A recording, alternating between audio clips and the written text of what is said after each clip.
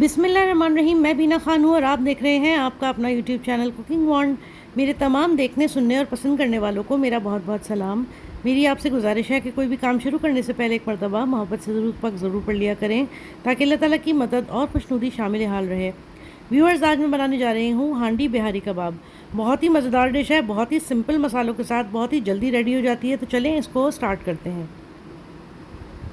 तो बिस्मिल्लाहिर्रहमानिर्रहीम से शुरुआत करते हैं। व्यूअर्स, यहाँ पर मेरे पास है एक बड़ी प्याज, आधा पपीता जो कि प्याज के बराबर ही है, आप देख सकते हैं, और कच्चा पपीता है ये, और 7 से 8 हरी मिर्चें हैं मोटी वाली। इन तमाम चीज़ों को मैं पीस कर एक पेस्ट बना लूँगी। और अब मेरे पास हैं कुछ मसाले, जिनके अंदर शामिल है 1 टेबलस्पून के बराबर गरम मसाला, 1 टेबलस्पून के बराबर सुरख मिर्च पाउडर, 1 टेबलस्पून के बराबर धनिया पाउडर और 1 टीस्पून के बराबर नमक। नमक आप अपने हिसाब से भी एडजस्ट कर सकते हैं। और जनाब, यहाँ पर मेरे पास है बीफ हाफ़ kg, जिसको मैंने इस तरह से पार्चों की सूरत में काट लिया है। अब हम क्या करेंगे, इन तमाम मसालों को हम गोश्त के अंदर मिला लेंगे। सबसे पहले यहाँ पर मैं शामिल कर रही हूँ दही, 3 टेबलस्पून के बराबर।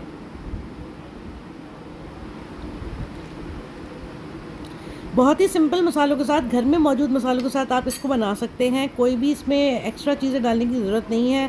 और अब मैं शामिल कर रही हूँ 2 टेबलस्पून के बराबर लहसुन अदरक का पेस्ट। और जनाब, वो पेस्ट जो अभी हमने बनाया था प्याज, हरी मिर्चों और पपीते के साथ, वो भी हम इसमें शामिल कर देंगे और अच्छा सा इसको मिक्स कर देंगे। और जनाब, वो मसाले भी मैं इसमें शामिल कर रही हूँ, पाउडर्ड मसाले सारे। इन तमाम चीज़ों को हम मिक्स कर देंगे बहुत अच्छा सा गोश्त के साथ, ताकि ये सारा चीज़ें इसके अंदर लिपट जाए। ऑयल अभी हम इसमें शामिल नहीं करेंगे, मैरिनेशन के दौरान ऑयल शामिल ना किया करें, वरना मैरिनेशन अच्छी नहीं होती।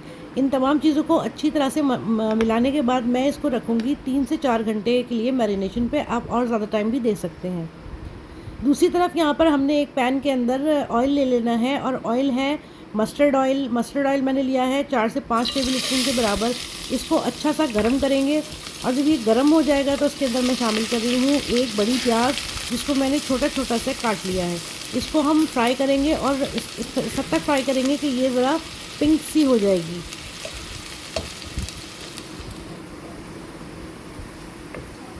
तो ये देखें जनाब, ये पिंक सी हो गई है प्याज यहाँ पर हमारी, ये देखें पिंक सी हो गई है। अच्छा सा इसमें कलर आ गया है। इस पॉइंट के ऊपर मैं शामिल कर दूँगी अपना गोश्त, जिसको मैंने 4 घंटे तक मैरिनेट किया है। आप और ज़्यादा इसको मैरिनेट कर सकते हैं, जितना ज़्यादा करेंगे उतना ज़्यादा अच्छा हो जाएगा। तो जनाब, इस गोश्त को भी मैं इसके अंदर शामिल कर देती हूँ।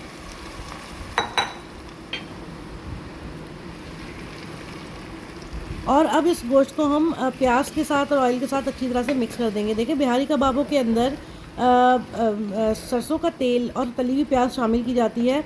तो वो हमने जब बारबेक्यू करते हैं उस वक्त हम फ़ौरन ही गोश्त के साथ कर देते हैं मैरिनेट, ठीक है। लेकिन हम यहाँ पर चूँकि हांडी के अंदर ये कबाब बना रहे हैं, तो जनाब इसको मैंने ऑयल को और प्याज को अलग से गर्म करके फ्राई करके और फिर गोश्त इसके अंदर शामिल कर दिया है। ये सारा गोश्त अच्छे से हम इसके अंदर मिक्स कर देंगे, और मिक्स करने के बाद इसके ये जब पानी थोड़ा सा छोड़ने लगेगा, ये काफ़ी पानी अपना रिलीज़ करेगा, लेकिन हम इसके साथ साथ हाफ़ ग्लास पानी इसके अंदर और शामिल कर रहे हैं। और इसको अब हम मीडियम फ्लेम पर रखेंगे ढककर। अच्छी तरह से इसको मिक्स कर दें और इसको ढककर मीडियम फ्लेम पर रख दें।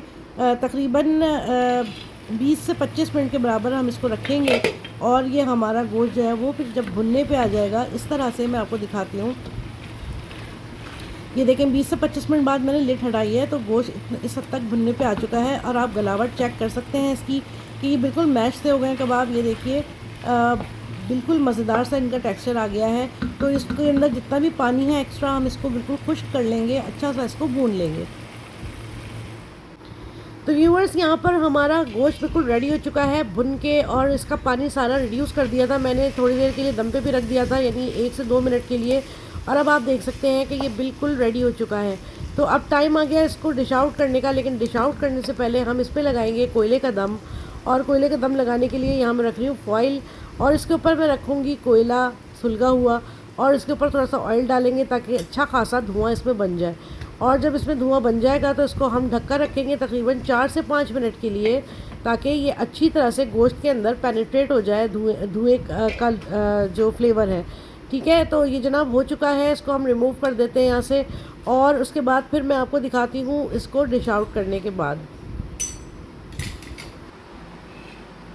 यहाँ मैं इसको डिश आउट कर रही हूँ और इसको मैंने डेकोरेट कर रही हूँ प्याज के साथ।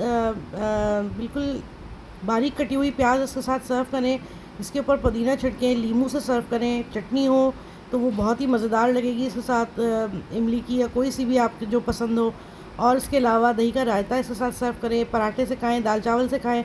बहुत ही उम्दा, बहुत ही शानदार डिश बिल्कुल रेडी है और बिल्कुल घर के मसालों के साथ, यानी इसके अंदर कोई पैकेट का मसाला शामिल नहीं है, कोई एक्स्ट्रा चीज़ शामिल नहीं है। बिल्कुल जो घर में मसाले, आम से मसाले होते हैं, उनके साथ हमने ये बिहारी हांडी कबाब बिल्कुल तैयार कर लिया है।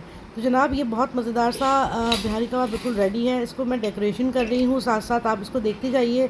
अगर आपको मेरी ये काविश पसंद आई है तो काइंडली मेरे चैनल को लाइक करें, मेरी वीडियोस को शेयर किया कीजिए, सब्सक्राइब करें मेरे चैनल को और बेल आइकन प्रेस कर दें ताकि मेरी वीडियोस वक्त पर आप तक पहुंच सकें।